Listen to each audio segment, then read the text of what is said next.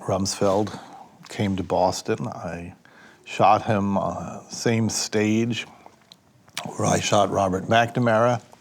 And we sit on my interviewing machine, the Interrotron, we sit staring at each other. This was one of the most self-deceived characters I've ever put in front of a camera. And I've had a lot of them over the years. I've interviewed mass murderers, Holocaust deniers, fantasts of every description. This was destabilizing. Destabilizing for you as an observer, as an interviewer? I would say it was certainly destabilizing for me, but I would submit it was also destabilizing for the country.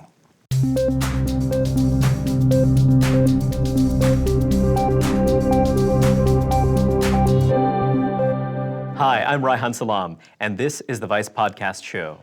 I'm joined today by Errol Morris, director of The Unknown Known. Reagan was up a floor above. I was with my wife, Joyce. I had a man glued at my hip, ready to tell me if Governor Reagan called and wanted me to be vice president. The press was filled with this excitement about the possibility of President Reagan selecting Gerald R. Ford. I was stunned at the thought. It's like sticking four hands on the steering wheel. You're going to end up putting the truck in the ditch. My phone rang. It was Governor Reagan. He said, "Don, I want you to know that I've decided to have George Bush be my vice presidential nominee." I said, "Fantastic. I am so relieved that you decided not to have Gerald Ford." He said, "Oh, no, Don. Jerry and I decided together that it wouldn't be a good idea." It seems to me that if that decision had gone a slightly different way, you would have been vice president and future president of the United States. That's possible.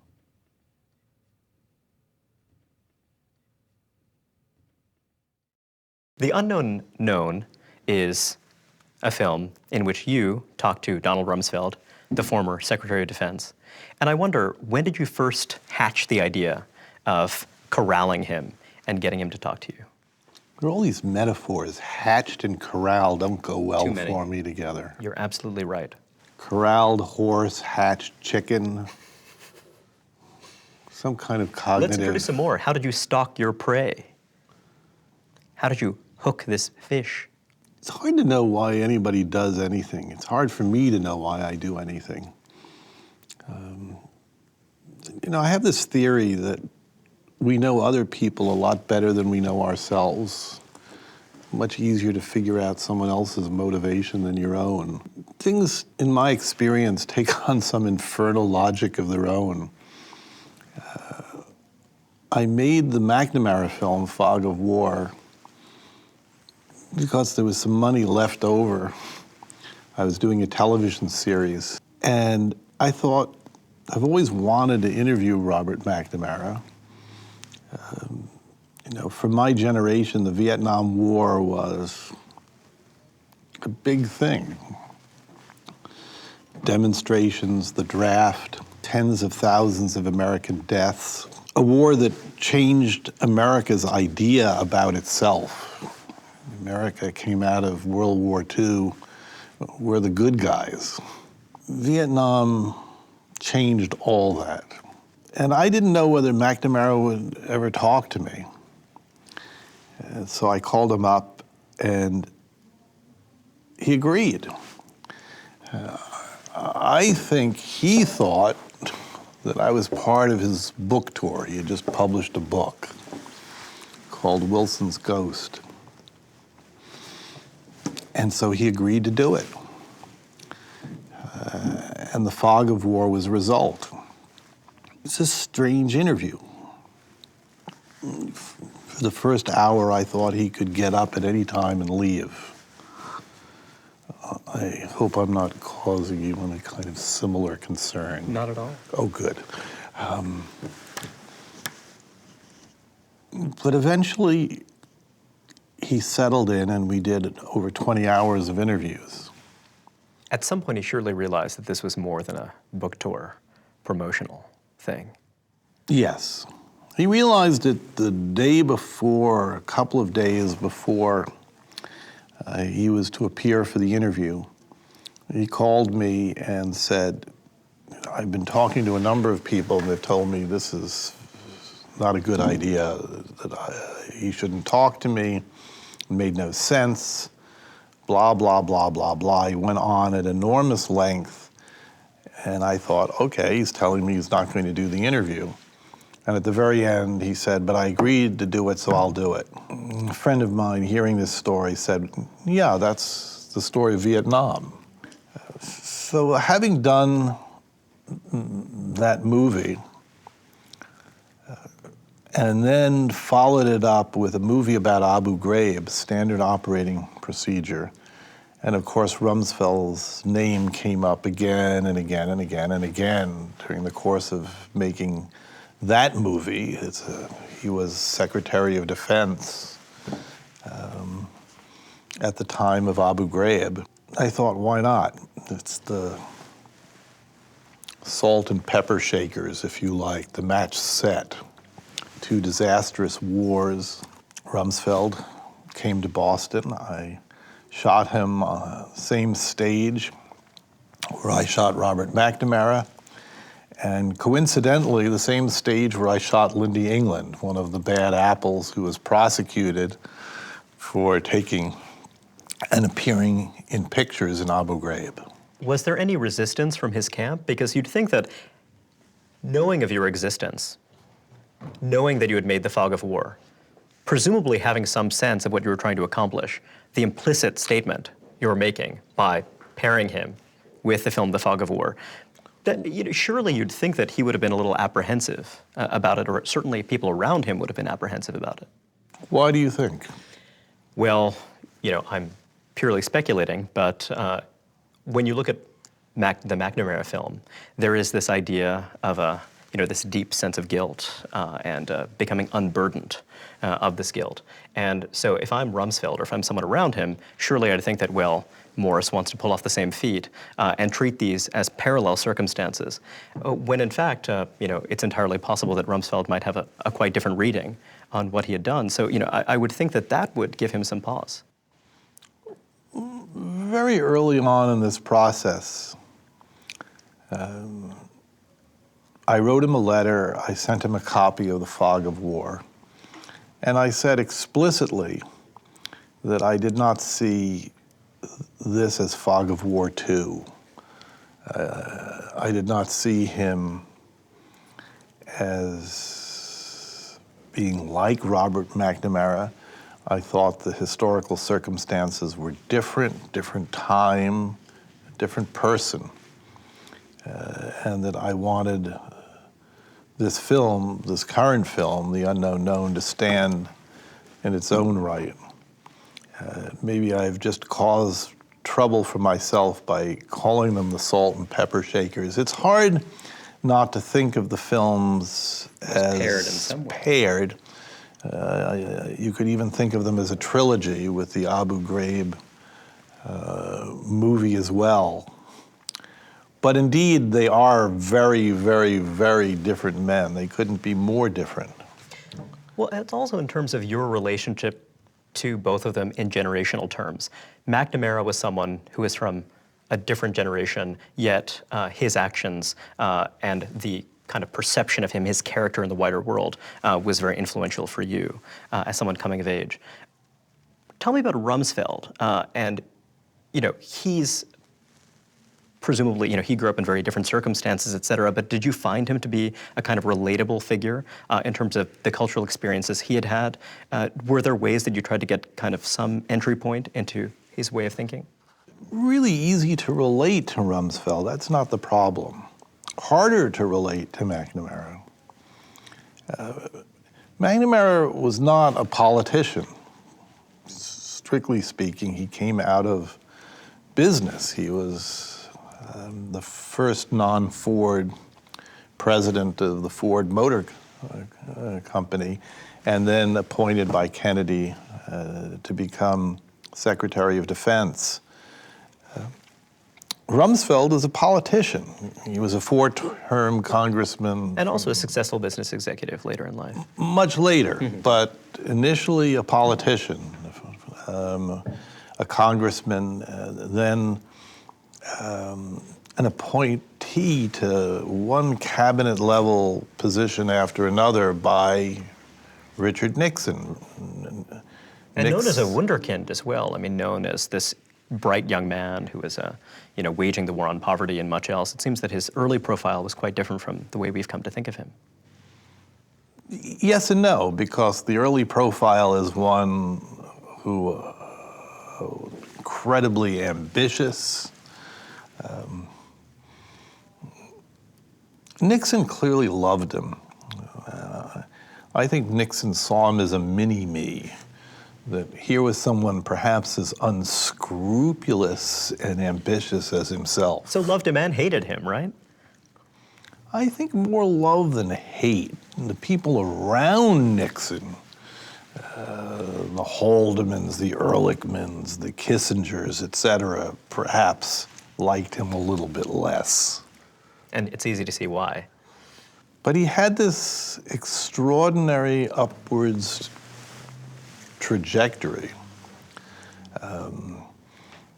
And he seemed to miss the big compromising disasters. He was sent to Brussels as the US ambassador to NATO at the time of Watergate.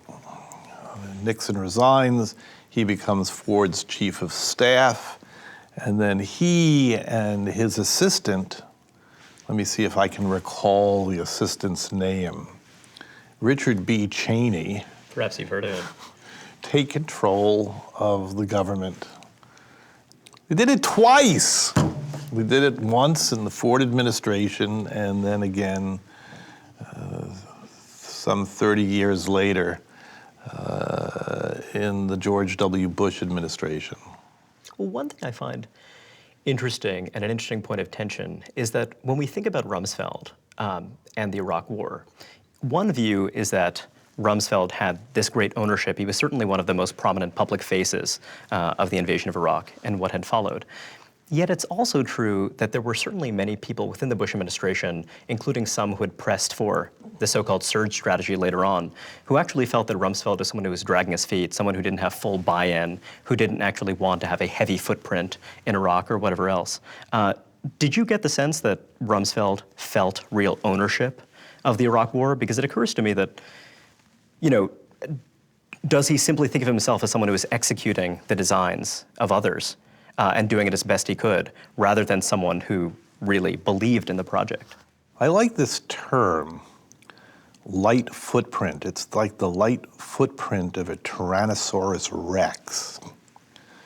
They invaded the country. That's not a light footprint, unless I'm missing something here. I absolutely agree with you, but of course there were debates, right, about strategy. There were people who felt that Rumsfeld, wasn't as heavy footprint a guy as he might have been.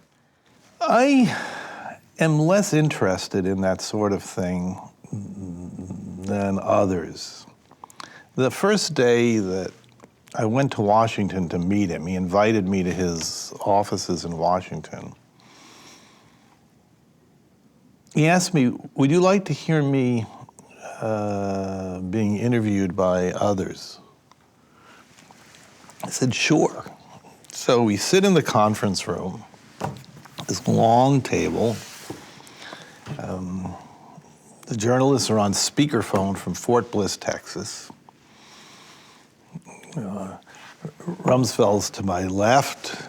I have a nice cup of coffee in front of me. And the journalists ask the same questions. So it could be scripted.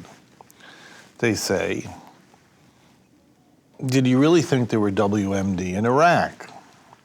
I don't know what they expect they're going to hear as an answer. Did you feel that the size of the force invading Iraq was appropriate? Was it large enough? You know, General Shinsheki this, blah, blah, blah, blah, blah. Did you feel that there was adequate plans for the aftermath of the invasion? Now, these are all supposed to be, I guess, gotcha questions, you know. But the answers were prepackaged. You know, I could be standing in front of a vending machine pressing buttons, you know, hoping for whatever, the M&Ms or the caramel clusters. And it was a bore. And even beyond being a bore, nothing really was learned. Somehow the idea, if you hunker down and you ask this again and again and again and again, maybe if I had access to enhanced interrogation techniques, including waterboarding, I could have made progress, or someone else could. But I resolved, I don't want to do that. You can't make me, ain't gonna. You do things in the same way. One thing you do know is that you get the same results, usually. So you tried to come at him from a different kind of an angle. Yes, absolutely.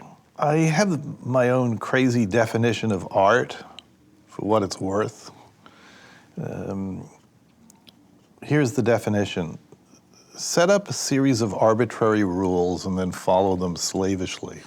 So what are the arbitrary rules here? You only interview one person. No interviewing 10, 15, 20 people. Only one person, Donald Rumsfeld. Get access to the memos. Here's a man who memorialized everything. He wrote some 20, 30, 40, 50,000 memos. Many of which were very stylishly and entertainingly written. Stylishly and entertainingly written. There he was with his dictaphone recording, a steno pool transcribing. And since he had recorded over all of the original recordings, he just kept using them again and again and again, all that was left were the transcriptions, but he offered to read them. He offered to reenact, if you like, the memos on film. Use the memos as a spine for the movie. I kept calling it history from the inside out. It's not an external history. You're not asking so much external questions like, was the force large enough? Were the preparations good enough? It's directed to a different set of questions altogether. It's the question, what was he thinking? What was going on inside of his head? At each moment. Well, at some moments. Yeah. How does he want to explain himself to others? How does he see himself? What image does he want to project? What is he trying to say in these memos? Different kind of movie altogether.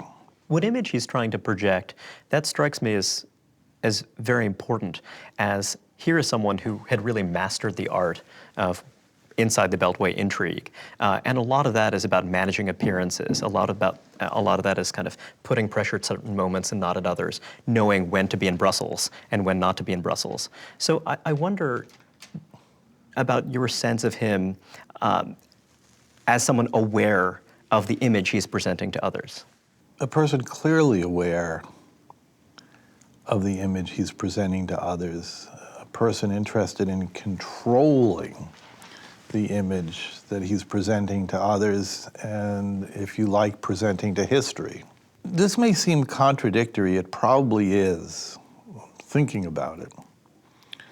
A person interested in controlling the image projected to others, and yet, in many ways, incredibly unaware of himself. Does that make sense? I don't know. He does project in the film. I think it's true. He projects this incredible serenity, and I think that that's... Really? Yeah. Serenity. Yeah, and I think that that's something that is going to frustrate and perhaps even anger some of the people who are going to watch this film. He seems like someone who is very much at peace with himself, and I have to say that came across as quite impressive in its own way. I wouldn't describe it that way. The serenity of Donald Rumsfeld. I would say the complacency of Donald Rumsfeld. The unflappability of Donald Rumsfeld. The removal of Donald Rumsfeld. Tell me about the distinction. Well, you make him sound like the Buddha. And I don't think that's quite right. Some of it is complacency in the face of what he characterizes as implacable, intractable problems. The title of the film, The Unknown Known. You know, just this weird philosophizing that he engages in, which actually seems to contain much wisdom. Just the idea that the evidence of absence isn't the absence of evidence, or vice versa. Now, I can see why that might seem very frustrating. But I flipped it. No, don't worry about that. You used a word here which I think is very, very, very important and relevant. It's the word seems.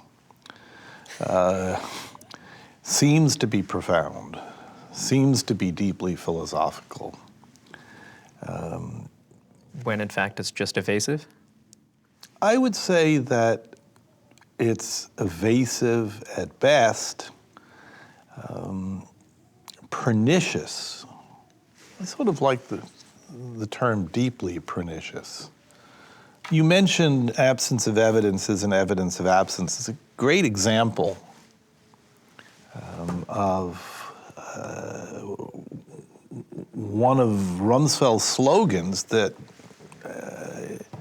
is deeply pernicious. I've just done a series of essays for the New York Times. It's up as we speak on the opinion pages online of the Times. And I investigated many of these phrases, these quasi or pseudo-philosophical notions that he paraded in front of the American public. Absence of evidence as an evidence of absence was first used by astronomers.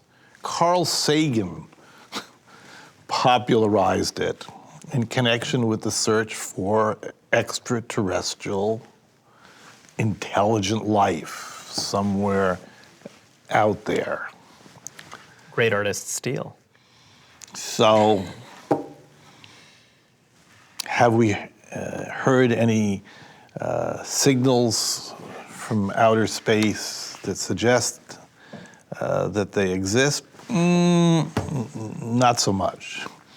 Does that mean they don't exist, given the enormity of, the universe properly considered is a pretty big place, out there. So Carl Sagan uses it for a very, very specific argument in a very specific context. Donald Rumsfeld takes it and applies it to Iraq. WMD, UN weapons inspector, goes into Iraq and goes to places where he would expect to find biological or chemical weapons and finds nothing. Absence of evidence or evidence of absence. The example I like to give is someone tells you there's an elephant in the room.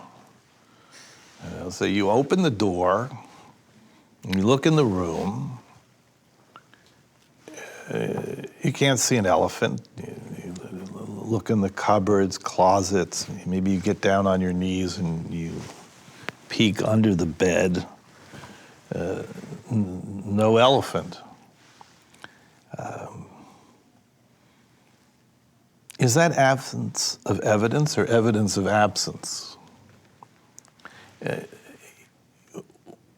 What happens is that the use of these terms seemingly, thank you very much for using that word. My pleasure. Seemingly profound are confusing.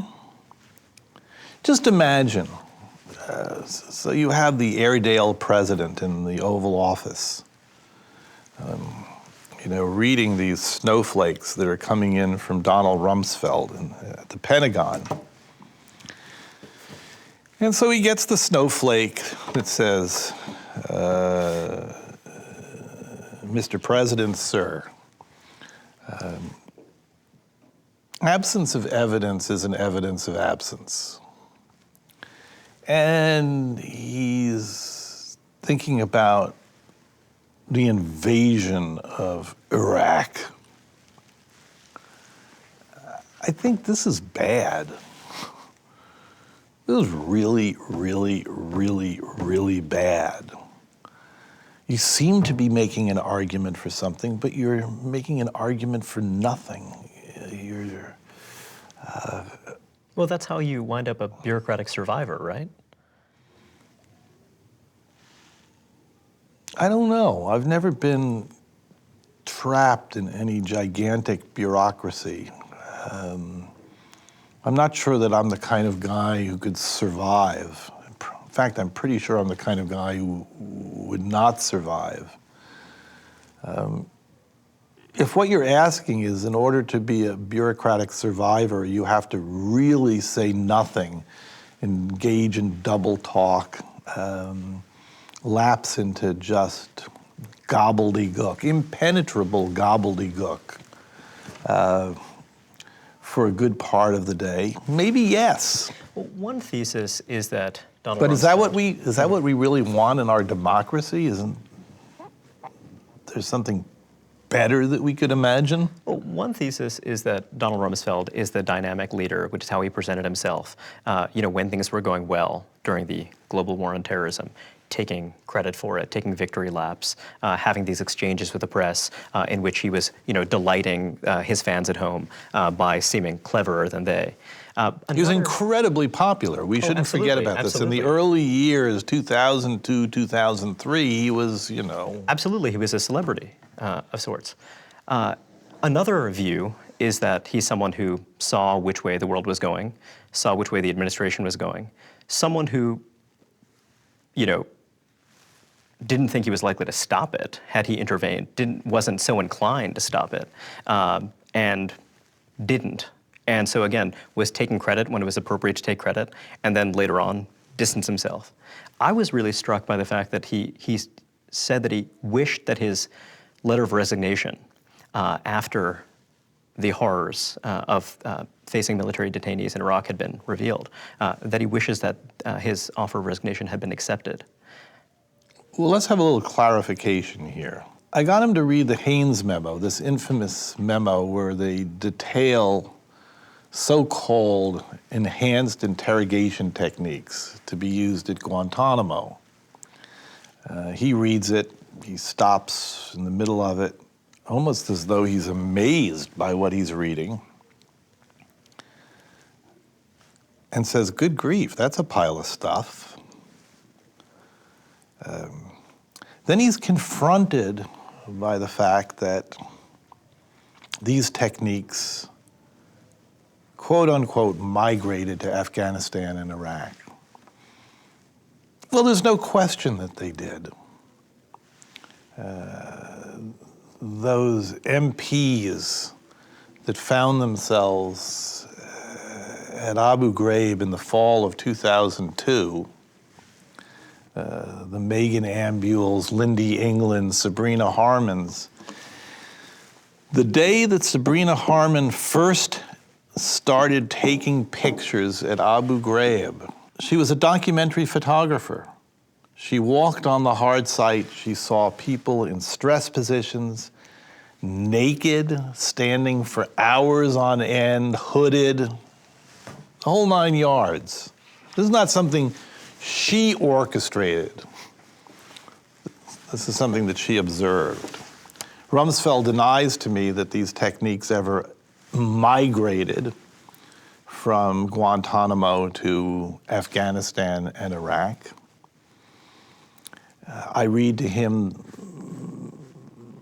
the Schlesinger report, a report by a former Secretary of Defense, saying they did.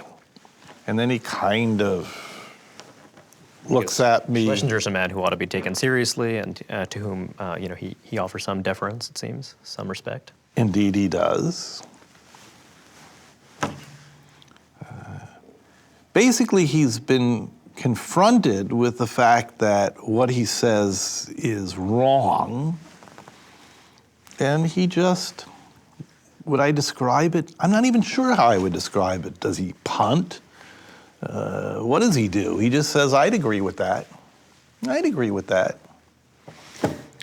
Well, that's in a way something that's somewhat alarming, that you, by virtue of having made a film, by virtue of having followed this closely, seem to have known more about some of what was happening under Rumsfeld's tenure than Rumsfeld himself did. I think that's true.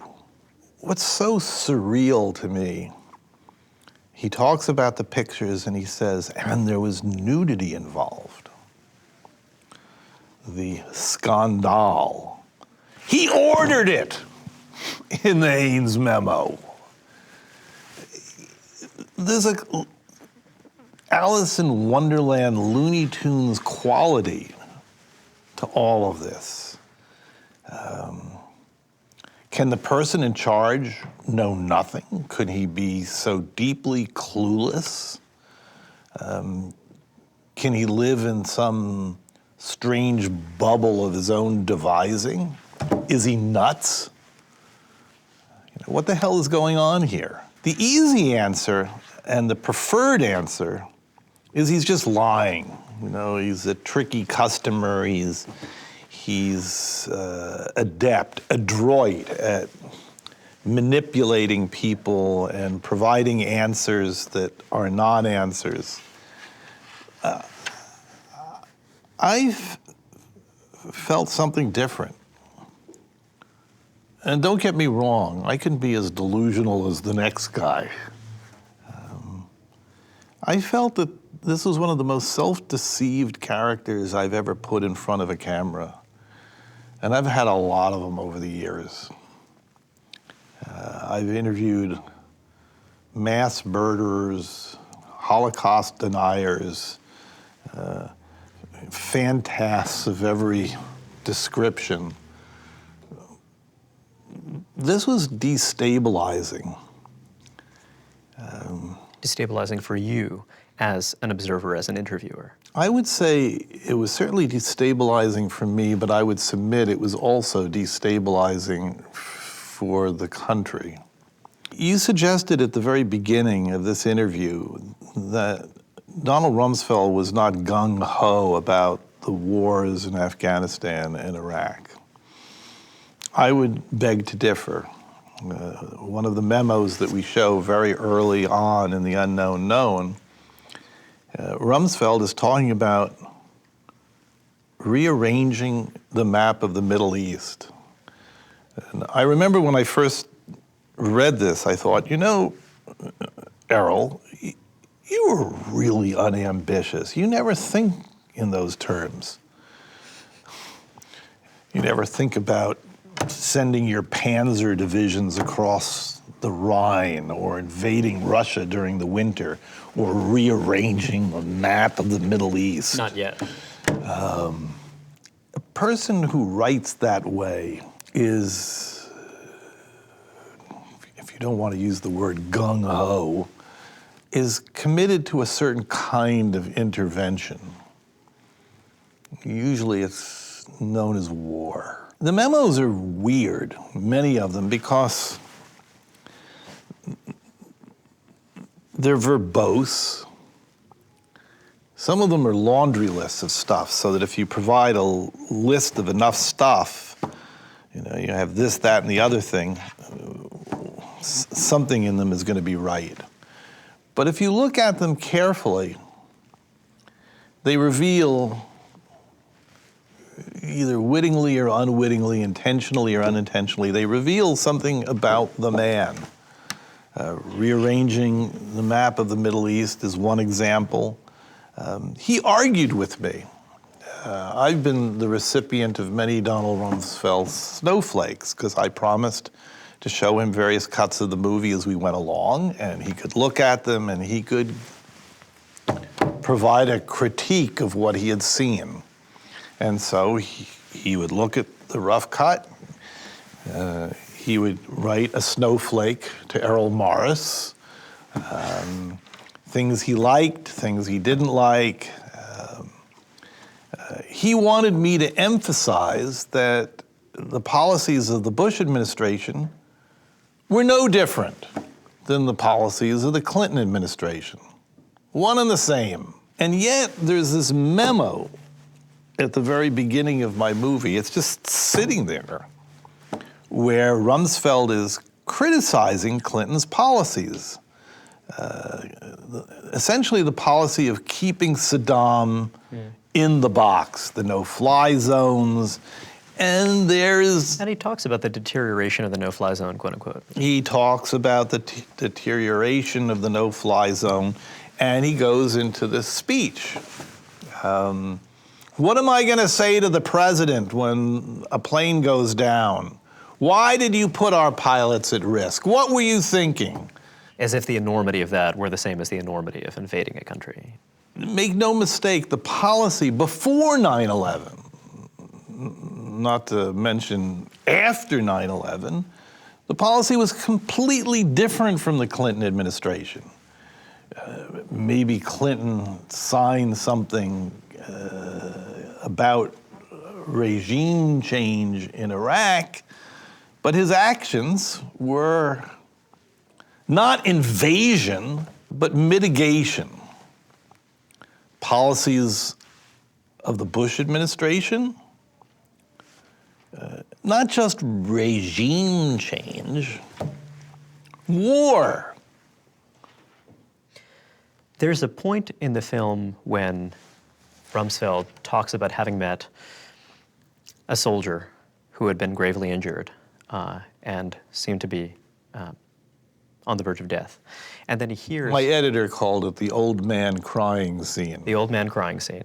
And what's really neat about this scene is that, it turns out, lo and behold, the young man winds up surviving. And it's funny that the old man crying scene is one that resolves so neatly. And I wonder, were there other old man crying scenes in the film that didn't make it in? Were there others in which the outcome was not a happy one? Because that struck me as noteworthy, that this moment of regret was tempered by the fact that, well, gosh, in this case, the guy lived. What moment of regret? Were you watching a different film? What moment of regret? The closest moment to a moment of regret might have been that. And if... What moment of regret? What is he regretting in that scene? Lamenting the fact that someone had come close to death. I'm happy to concede that it wasn't a moment of regret. Lamenting nothing. Feeling apologetic for nothing. Arguments with my editor about it. I have this occupational hazard when I'm editing a movie is I constantly show it to other people. Self-doubt, insecurity, whatever. I want to hear other people's opinions about what I'm doing. So I showed this scene to a number of different people. And one guy suddenly said to me, "Oh my God, he's talking about himself again." Now here's a scene where he and his wife go to Walter Reed Hospital. There's a soldier who is dying. He is told by his doctors that he does not have long to live. He's been horribly injured in the war. Rumsfeld returns. The soldier is still alive, and he learns that he will survive. Rumsfeld tears up and almost changes the topic completely to an encomium about America. America is such a great country. Modern medical marvels. It's a story about resurrection, triumph over death, survival. It is in no way a story of regret. It is in no way a story about death, because what's forgotten completely in that story is that this is one guy who lived. And what about all those other guys that didn't? At the end of this moment in the film, I cut to gravestones as a reminder to myself and to the audience watching this film that the real story is somewhat different than the story that he is telling. The story he's telling can be encapsulated with stuff happens, I guess. The notorious phrase from that press conference when he was talking about the aftermath of the fall of Baghdad. I have never, ever heard so many deeply inadequate explanations for things. So shallow, so uninformative, so empty. He's in the Oval Office. The helicopters are taking off from the roof of the embassy in Saigon. 58,000 American servicemen, millions of Vietnamese dead. I asked him, what did we learn from the war in Vietnam? He's there in the Oval Office with Gerald Ford, Henry Kissinger, tra-la-la-la-la. He's right there at the center, the epicenter of... It was a big part of his adult life. What'd you learn? And his answer, some things work out, some things don't, that didn't. Very deep. That's what we learn about Vietnam. I don't know. To me, this is a horror movie. A deeply disturbing horror movie about a man who wielded just incredible power. He controlled the most powerful military apparatus in history, and yet seems singularly disconnected. Detached doesn't even seem the right word. Disconnected from what he is doing and who he is. I'm sure you're familiar with the diagnostic and statistical manual that psychiatrists use to classify mental disorders of one kind or another. And I thought of a new one in connection with Donald Rumsfeld, which I called irony deficit disorder. The second day he was in my studio, he's describing his visit in 1983 to Saddam Hussein. At the end of the description, he says, well, Saddam was idolized by everyone around him. There were statues everywhere. People kowtowed to him. School children bowed down. And in the end, and these are Rumsfeld's words, he became all pretend. All pretend. And we sit on my interviewing machine, the Interrotron, we sit staring at each other for what seems to be, it's an interminable amount of time. And I'm looking at him because I'm wondering, surely, sir, you must realize that some people will think you're talking about yourself, but not him. It's just nothing really there. It's that crazy aluminum siding salesman who is so invested in selling you the aluminum siding that he doesn't really care about the product, he doesn't care about you. It's just clinching the deal. One last thought. You mentioned the Interrotron, and I wonder how you think about how the evolution of the technology of film has changed your work, because it seems as though in creating the Interrotron, you hit upon this ingenious idea that you've pursued in a variety of different projects since. But I wonder if there's been any other developments that have shaped the way you make movies. Endlessly. Movies we all know have been just transformed by technology. At one time, everything was shot on film. Now hardly anything is shot on film. I still love sprocket holes.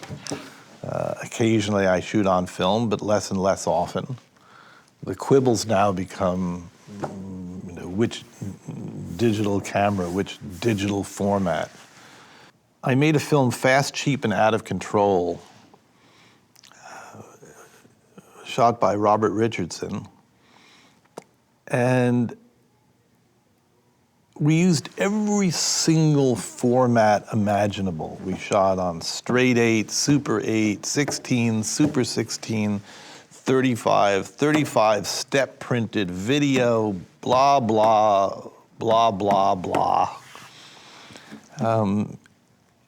Could never have edited this film except on a digital editing machine. If you were using a flatbed, Chem or Steenbeck or Moviola, you could just never have done it. So it was a movie made possible by technology. And it keeps changing. It keeps changing more and more and more rapidly. I'm always using new and different cameras. I'm using new and different post-production techniques. It's an exciting time, actually, because the visual possibilities are much greater than they've ever been. And if you can root around and dig up enough money, you can still shoot on film as well. I do lots and lots and lots of commercials. I've done probably over 1,000 commercials. And in commercials, there's still enough money to shoot on 35 if you really, really, really want to. Thank you very much for joining us. Thank you.